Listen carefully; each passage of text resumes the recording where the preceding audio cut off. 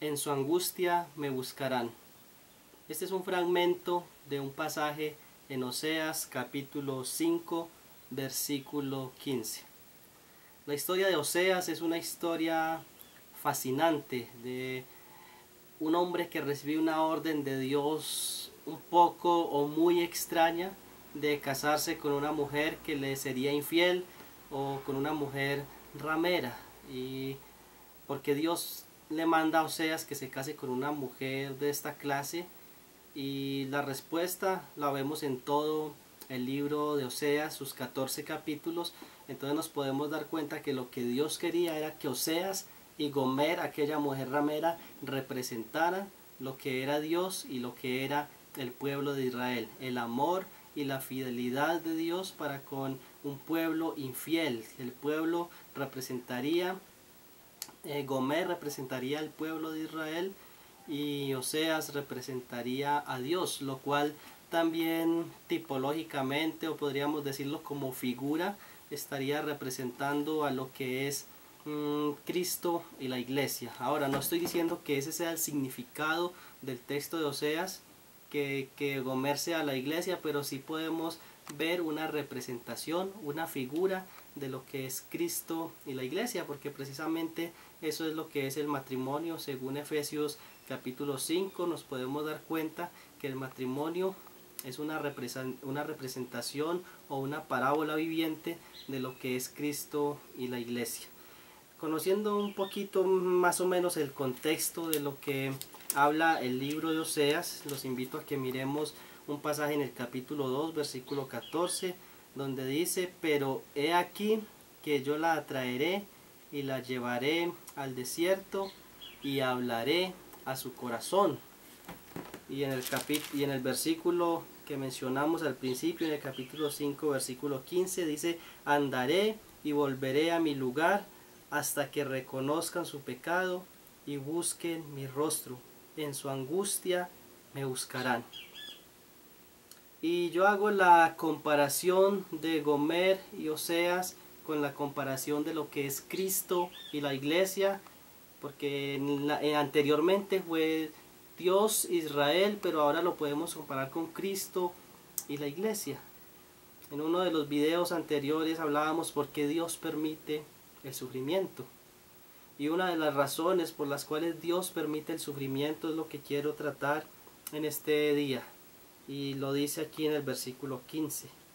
Dice que hasta que reconozcan su pecado. Número 1, que reconozcan su pecado.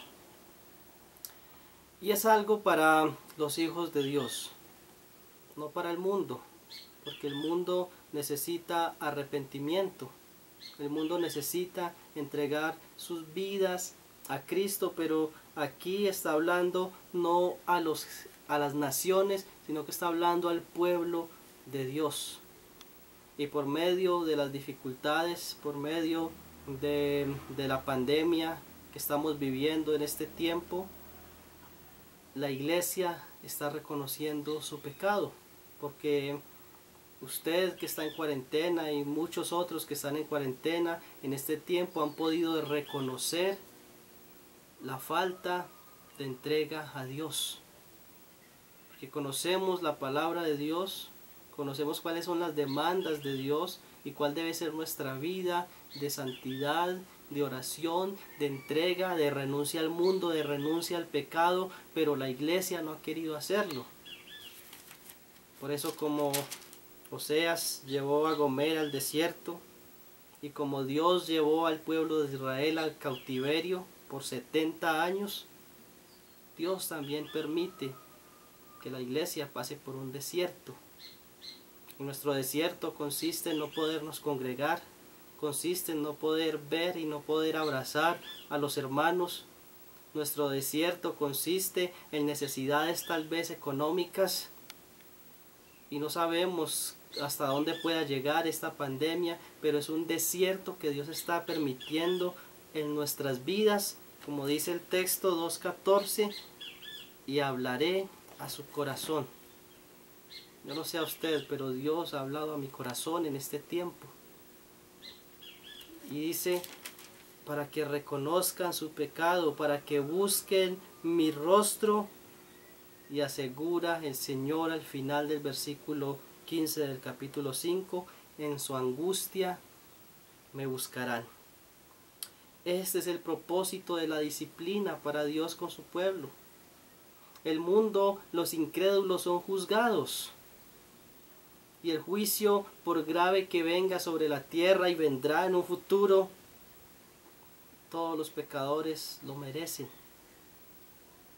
Pero la iglesia es necesario que pase por una disciplina. La iglesia es necesario que pase por una prueba para que número 1 pueda reconocer el pecado, para que número 2 puedan buscar el rostro de Dios y, como dice el texto, puedan oír la voz de Dios, porque dice que Él hablará a nuestros corazones. ¿Cómo está su tiempo devocional ahora y cómo era antes? ¿No es cierto que ha podido mejorar? ¿Cómo era antes su lectura de las Escrituras y cómo es ahora? ¿Cómo era antes su tiempo en familia y cómo es ahora? ¿No es cierto? ¿No nos damos cuenta que era algo necesario para la iglesia? Que pase lo que pase de aquí en adelante es porque sería y será algo necesario para la iglesia. En su angustia me buscarán, dice el texto. Iglesia de Dios, ¿cuántas más pruebas, cuántas más dificultades y tribulaciones necesitará la iglesia de Dios para despertar, para buscar al Señor? Pues vemos que los incrédulos, vemos que las personas aborrecedoras de Dios no quieren buscar a Dios, ni siquiera en medio de todas estas dificultades. Hay otro pasaje que quisiera compartir en Amós capítulo 4. Dice la palabra del Señor desde el versículo 6. Os hice estar a diente limpio en todas vuestras ciudades, y hubo falta de pan en todos vuestros pueblos, mas no os volvisteis a mí, dice Jehová. También os detuve la lluvia 3 meses antes de la siega. E hice llover sobre una ciudad y sobre otra ciudad. No hice llover sobre una parte, llovió, y la parte sobre la cual no llovió se secó, y tenía 2 o 3 ciudades a una ciudad para beber agua, y no se saciaban. Con todo, no os volvisteis a mí, dice Jehová. Versículo 9. Os herí con viento solano y con oruga. La langosta devoró vuestros muchos huertos y vuestras viñas y vuestras higuerales y vuestros olivares, pero no os volvisteis a mí, dice Jehová. Y envié contra vosotros mortandad, tal como en Egipto maté a espada a vuestros jóvenes, con cautiverio de vuestros caballos e hice subir el hedor de vuestros campamentos hasta vuestras narices, mas no os volvisteis a mí, dice Jehová. Os trastorné como cuando Dios trastornó a Sodoma y a Gomorra, y fuiste como tizón escapado del fuego, mas no os volviste a mí, dice Jehová. Podemos ver en este pasaje de otro de los profetas menores que hubo hambre, que hubo sequía, que hubo plagas de langostas y de orugas que se comían los cultivos, que hubo mortandad, que hubo cautiverio. Y aún así, el pueblo no se volvió a Jehová. La promesa que compartíamos en el video pasado de 2 de Crónicas capítulo 7 versículo 14, que era específicamente para este mismo pueblo, el pueblo de Israel. Dice que si se humillare mi pueblo, sobre el cual mi nombre es invocado, y se arrepintieren de sus malos caminos y buscaren mi rostro, yo oiré desde los cielos y perdonaré sus pecados y sanaré su tierra. Y en el contexto hablaba de pestes, hablaba de guerras, de sequías, de escasez, de todas estas cosas que menciona aquí, que si eso llegaba al pueblo, el pueblo oraba en el templo, se arrepentía y Dios los iba a sanar y los iba a perdonar. Pero podemos ver que el pueblo no hizo esto. Al contrario, en todos los 5 puntos que dice este pasaje de Amós, hambre, sequía, oruga, mortandad, cautiverio, delante de todo esto el pueblo dice, el pasaje 5 veces se repite la expresión, no os volviste a mí, dice Jehová. Y al final del pasaje del capítulo 4 de Amós dice el versículo 12, por tanto, de esta manera te haré a ti, oh Israel. ¿Y por qué te he de hacer esto? ¿Y por qué te he de hacer esto? Prepárate para venir al encuentro con tu Dios, oh Israel. Definitivamente es un pasaje que podemos tomarlo para nosotros. Como pueblo de Dios, Dios permite dificultades, permite pruebas, permite tribulaciones, permite angustias en nuestra vida con un propósito. Primeramente, obviamente, llevarse Él toda la gloria, pero ¿cómo podemos glorificar nosotros a nuestro Dios en este tiempo? Volviéndonos a Él, arrepintiéndonos de nuestros pecados. Él nos quiere sacar al desierto, es para hablarnos a nuestro corazón, como lo ha hecho hasta ahora, espero que así sea. Para que reconozcan su pecado y busquen su rostro. Mi querido hermano que me ve, tal vez usted tenga un pecado oculto.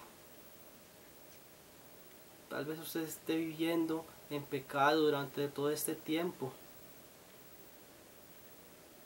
O tal vez usted ha sido un religioso más que ha estado en una banca de una iglesia por años, frío, que no tiene una relación con Cristo y Dios está permitiendo este tiempo en su vida, en su iglesia, en su familia,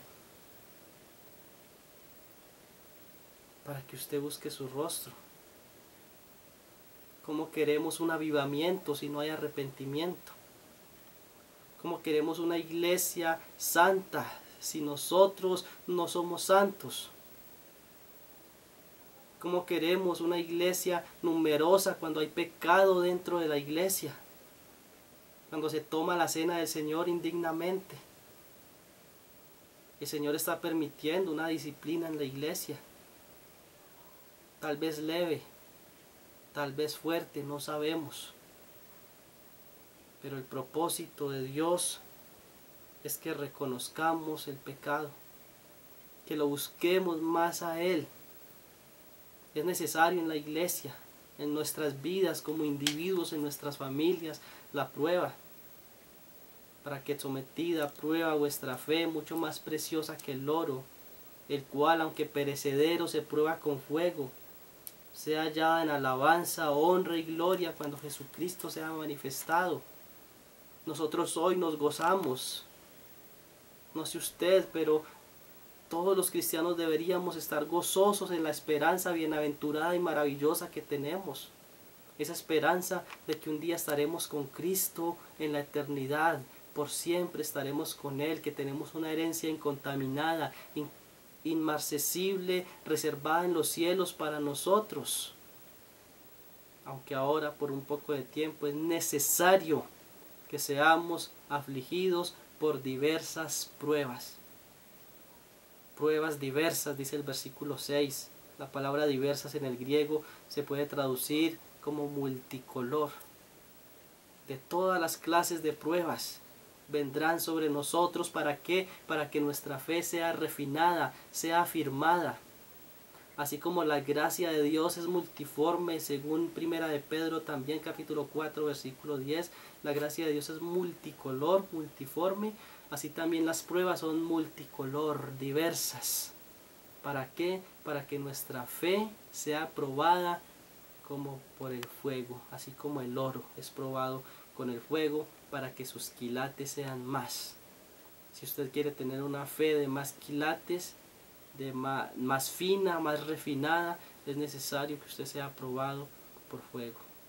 Y eso consiste en una vida cristiana más santa, en una vida cristiana de más comunión con Dios. El texto de Oseas dice para que reconozcan su pecado y para que busquen mi rostro. Por eso es que Dios nos saca a la prueba, al desierto. Y luego el texto asegura y dice, en su angustia me buscarán. La diferencia del que es hijo de Dios y del que no es hijo de Dios es que el hijo de Dios en la angustia busca al Señor, busca su rostro y se arrepiente de sus pecados.